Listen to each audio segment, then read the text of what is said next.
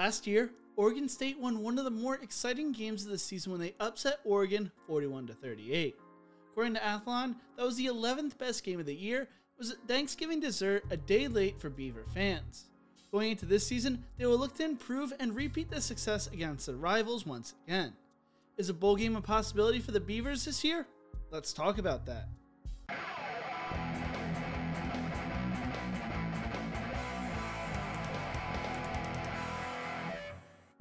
We are now almost done with the month of July, meaning we are in prime preview magazine season as college football season quickly approaches. Over the next 2 months, I will be previewing every college football team, yes, all 130, and in this episode, I will be looking at Oregon State. Last year, Oregon State went 2-5, but returns a lot of their production from the crazy 2020 season. They returned 87% of their production from last year, which ranks 7th nationally. On offense, they returned 94% of their production, which ranks 4th nationally, and on defense, they returned 79% of their production, which ranks 34th. Head coach Jonathan Smith has put together a 9-22 record while in Corvallis. Smith was a quarterback at Oregon State from 1998 to 2001 and set multiple school records and still sits 3rd all-time for career passing yards. He served as the offensive coordinator for Washington from 2014 to 2017. He recently signed an extension that runs through 2025. Ryan Lindgren enters his 4th year as the offensive coordinator. He serves as the offensive coordinator at Colorado from 2013 to 2017. Defensive coordinator Tim Tibesar served as the Purdue defensive coordinator in 2012 and served as the outside linebacker coach at Wisconsin from 2015 to 2017. Oregon State has not been to a bowl game since 2013 and will look to change that this year. Smith told Athlon, "I'm confident in our approach. The coaches here, the players that we have, I'm confident that we're going to continue to take the next step." On offense, Oregon State returns 8 starters and runs a balanced attack.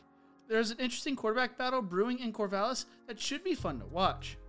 Tristan Jebia started the first 4 games of the season before getting hurt. He threw for 824 yards, 3 touchdowns, and 3 interceptions.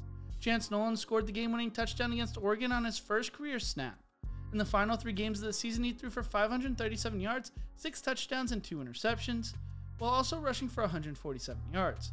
Wildcat quarterback Jack Coletto returns and they add Colorado transfer Sam Neuer, who threw for 1,101 yards and 6 touchdowns last year. They also have Ben Gulbranson as well. At running back, Oregon State loses all-conference running back Jamar Jefferson, who is now playing in the NFL. BJ Baylor was the only other running back to surpass 100 rushing yards last year and is a physical runner. They had Deshaun Fenwich from South Carolina, who rushed for 297 yards, averaging 5.5 yards per carry. They also have freshman Isaiah Newell. The receiving room returned 7 of their top 8 targets from last year. They will have plenty of options, but will be looking for a go-to guy this year. Former Florida State transfer Trishan Harrison had 142 yards and averaged 15.8 yards per catch in the final 2 games after finally becoming eligible and could become the go-to guy. They also had Georgia transfer Makio Tung. Trevon Bradford returns and had 56 receptions in 2019. When it comes to the offensive line, they are extremely experienced. They combined for 86 starts going into the year according to Phil Steele. 7th-year senior, yes, you heard that right, Nathan Eldridge returns. The starting 5 all returned this season. On defense, Oregon State returned 7 starters. Last year, the defense was the best Smith had in his 3 years as the head coach. They will need more takeaways, only having 30 in 31 games, which is one of the fewest among FBS teams. On the defensive line, they have struggled to find playmakers. Junior Simon Sandberg and Isaac Hodgins have combined for 30 starts, and the Beavers will hope they can become the much-needed playmakers. They also lose Jordan Whitley and defensive tackle Evan Burnett. At linebacker, the Beavers boast one of the Pac-12's best inside linebacker duos in Avery Roberts and Omar Spates, who recorded 69 and 63 tackles respectively and finished as the top 2 tacklers in the Pac-12 last year. Jack Coletto serves as a valuable backup player as a two-way player. Last year recorded 128 rushing yards and 2 touchdowns at quarterback. They also returned 2-time captain Endahaze Hughes Murray at outside linebacker. In the secondary, the Beavers lose cornerback Nashawn Wright and Isaiah Dunn. Jaden Grant has played in 32 games and started 16. They have promising young talent in Alex Austin, Achille Arnold, and JoJo Forrest. They also had Kansas transfer Eliza Jones, who started 8 games and recorded 23 tackles. How Oregon State plays in the non-conference play and how the defense plays will decide how well Oregon State will do this fall and whether they make it to a bowl game or not. According to Phil Steele, Oregon State plays the 30th toughest schedule this year.